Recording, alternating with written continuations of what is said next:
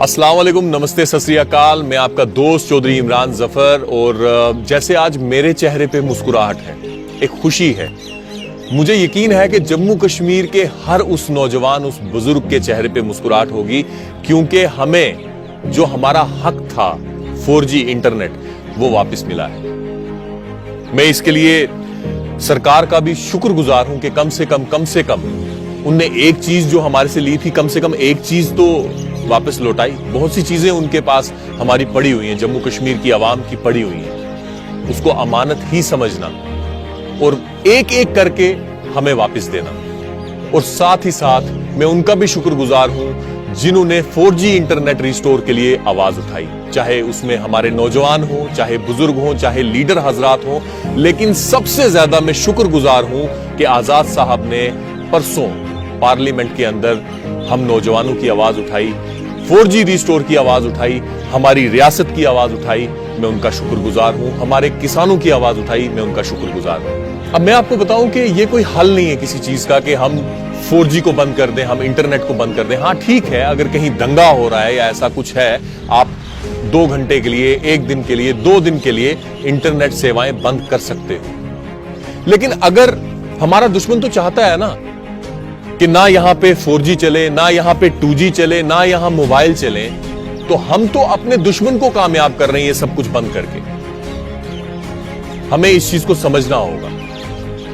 आज 4G internet बंद करने के बावजूद हमारी रियासत के हालात ठीक नहीं हुए, क्योंकि जो हमारे देश के दुश्मन है वो 4G के बगैर भी जो है अपना नेटवर्क चला सकते हैं। यहां पे अगर सफर हुआ तो हमारा नौजवान सफर हुआ, जम्मू कश्मीर की आवाम जो है वो सफर हुई। और एक और गुजारिश है कि अब ये दिया है ना, तो अब ये वापस मत लेना। हाँ? और प्रधानमंत्री जी, आप सबके प्रधानमंत्री हो, चाहे कोई बीजेपी वाला है, चाहे कोई नहीं है। हम आपसे ही दरख्वास्त कर सकते हैं कि जो चीजें हमारे स्टेट की आपके पास अमानत हैं, उनको भी जल्द से jल्द वापस दिया जाए। अब एक स्पेशल स्टेटस था, उसके बाद आपने स्टेट भी नहीं रखी, आपने यूटी में हमें कन्वर्ट कर दिया। ये बदकिस्मती की बात है।